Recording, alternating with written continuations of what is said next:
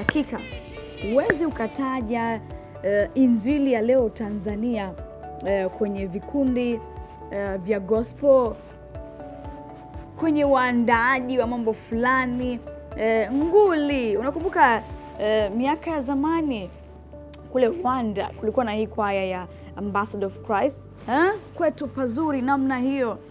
Na ndivyo ilivyo kwa icon ambayo leo Zabron Singer wameitengeneza hiyo heshima kwenye injili Tanzania. April 13 Zabron Singer wana jambo lao pale Mlimani City.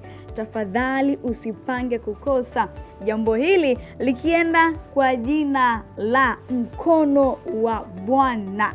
Mgeni rasmi kwenye kongamano hili akitarajiwa kuwa Rais wa Jamhuri ya Muungano wa Tanzania Mheshimiwa Dr. Samia Suluhu Hassan, ama kutuma mwakilishi wake Profesa Kabudi, Waziri wa Habari Tanzania, Sanaa, Utamaduni na Michezo, kuja pale kutupa masuala mazima ya gospel, kutupa wale wa sweetie uko single. Hapana, kutoka kuna mambo mengi sana ambayo Zabron Singers wameweza kutuandalia. Tafadhali usipange kukosa. Wageni mbalimbali kutoka nje ya nchi ya Tanzania watakuwepo. Majirani zetu kutoka kule Kenya watakuwepo, kutoka kule Rwanda watakuwepo kwenye tamasha hili la Mkono wa Bwana ambalo Zabron Singers wao wameliandaa.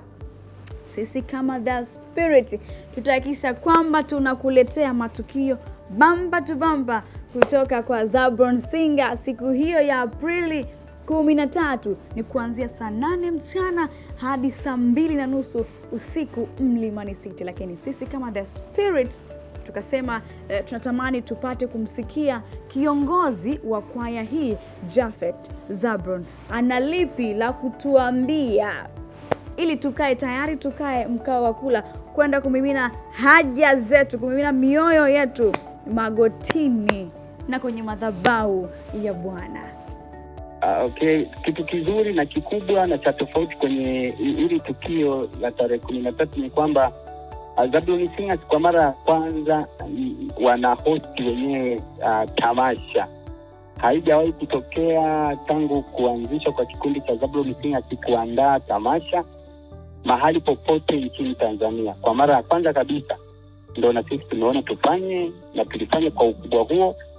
Na kizuri zaidi pia, mostly huwa tunafanya kazi studio, tunatoa wimbo unatoka, lakini siku hiyo tutaimba live.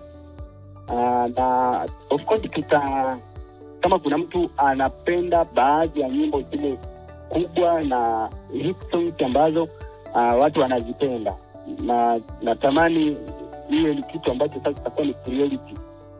Kuna mtu ngana anamwambia hiyo siku Dar es Salaam mzima itaimba Mkono wa Bwana, nini ukumbi mzima utaimba Mkono wa Bwana. Tumeona Mkono wa Bwana, lakini pia na nyimbo zingine ambazo ni kubwa tutaimba kama kwa sababu ninaamini nyimbo ambazo watu wengi wanazifahamu. Kwa hiyo kila mtu aje tuimbe wote kwa pamoja. The Spirit Show.